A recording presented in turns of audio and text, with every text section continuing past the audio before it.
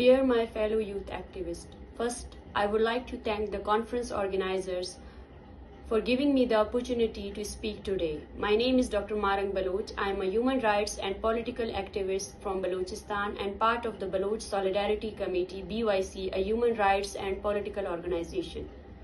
We are peacefully struggling against the Bêlûç genocide. In November 2023, the BYC organized the largest march in the history of Balochistan and the region to protest the Bêlûç genocide. Now we are preparing for another national gathering against the Bêlûç genocide in July.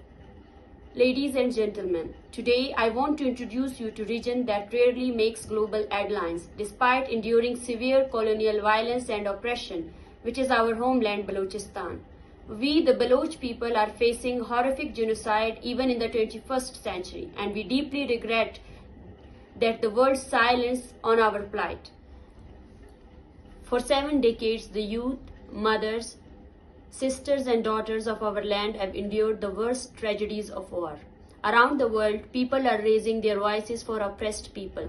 But the greatest shock for us is that no human rights organization has spoken up for us, nor have anti-war advocates addressed our genocide.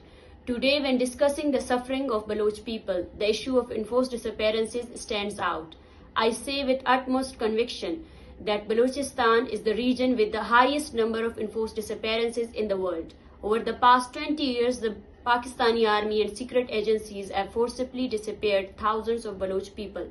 The primary victim of these disappearances are the youth, as they courageously speak up for their rights and refuse to remain silent in the face of oppression. As a result, the Pakistani state's army and intelligence agencies target and disappear Bêlûç youth daily. This number has grown to thousands over the past 2 decades. Many Bêlûç youth have been missing for years, with state institutions not even informing their families whether their loved ones are alive or dead. This terror extends beyond the youth to teachers, journalists, poets, intellectuals, artists, women, children, the older people. The pain of enforced disappearances in Balochistan is unimaginable and beyond words. We have girls who have never seen their fathers, and they were forcibly disappeared at birth and have grown up without them. We have hundreds of women whose husbands are forcibly disappeared. Even after 10 years, they do not know if they are still married or widowed, as the state refuses to disclose whether their husbands are alive or dead. To truly understand the pain of enforced disappearances, one must come and visit the Bêlûç missing persons families, whose children have been enforcedly disappeared. You will then comprehend that there is no greater pain in the world than being the victim of enforced disappearances. I am also a victim of enforced disappearances. When my father was first subjected to enforced disappearances, I was only 13-year-old. I, along with my siblings, protested for his safe release, but instead I received the mutilated body of my beloved father.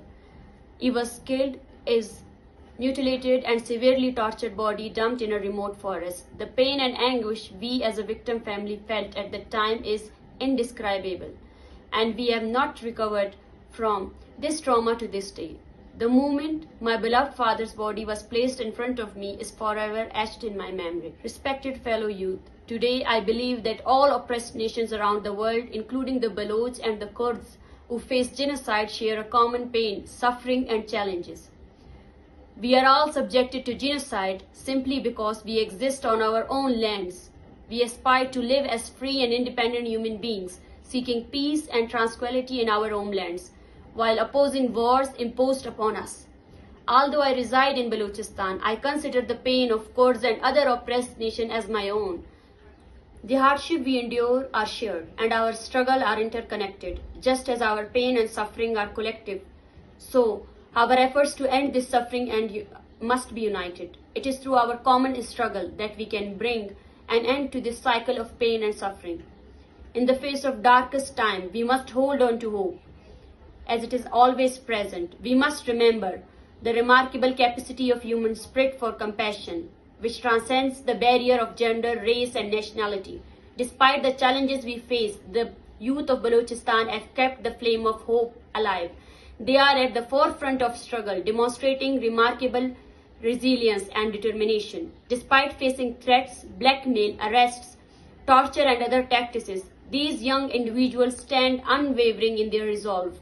Their morale remains unshaken, surpassing even the might of colonial power and torture cells.